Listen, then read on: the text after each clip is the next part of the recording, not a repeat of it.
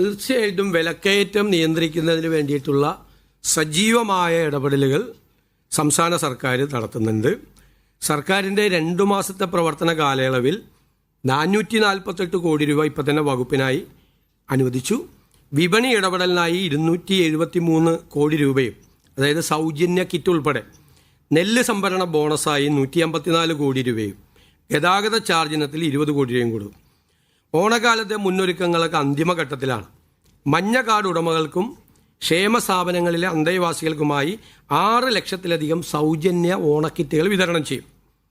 ഇതിനായി പണം അനുവദിച്ചിട്ടുണ്ട്. 854 രൂപ ചെലവ് വരുന്ന 16 ഇനങ്ങൾ അടങ്ങിയ കിറ്റുകളുടെ വിതരണം ഓഗസ്റ്റ് 10 മുതൽ 20 വരെ നടപ്പാക്കും.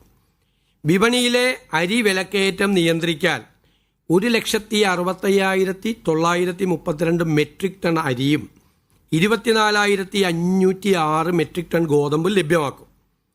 മുൻഗണനേതര വിഭാഗത്തിലെ നീല കാർഡുകാർക്ക് 10 രൂപ 90 പൈസ നിരക്കിൽ 3 കിലോ അരിയും 8 രൂപ 70 പൈസ നിരക്കിൽ 2 കിലോ ഗോതമ്പും സ്പെഷ്യൽ ആനുകൂല്യമായി വിതരണം ചെയ്യും. പിന്നെ വിപണി ഇടപെടലിൻ്റെ ഭാഗമായി തിരുവനന്തപുരം, എറണാകുളം, കോഴിക്കോട് ജില്ലകളിൽ ഓഗസ്റ്റ് 8 മുതൽ 25 വരെ ഓണം മെഗാ ട്രേഡ് ഫെയറുകൾ ഉണ്ടാകും.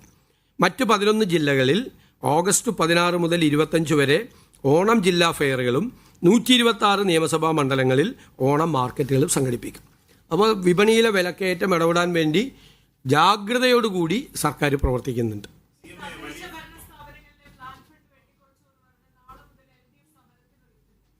നന്നായി. കാരണം 3 ഗഡുക്കളായിട്ടാണ് തദ്ദേശ സ്വയംഭരണ സ്ഥാപനങ്ങളിലെ ഫണ്ട് കൊടുക്കുന്നത്. ആ 3 ഗഡു കൊടുക്കാതെ ഇറങ്ങിപ്പോയ ആളുകളാണ് ഇപ്പോൾ സമരം ചെയ്യുന്നത്. ഞങ്ങൾ 1 ഗഡു കൊടുക്കുന്നതിനുള്ള നടപടികൾ പൂർത്തിയാക്കി വരികയാണ്. 1 ഗഡു കൊടുക്കുന്നതിനുള്ള 1 ഗഡു കൊടുക്കും, ഉടൻ വിതരണം ചെയ്യും.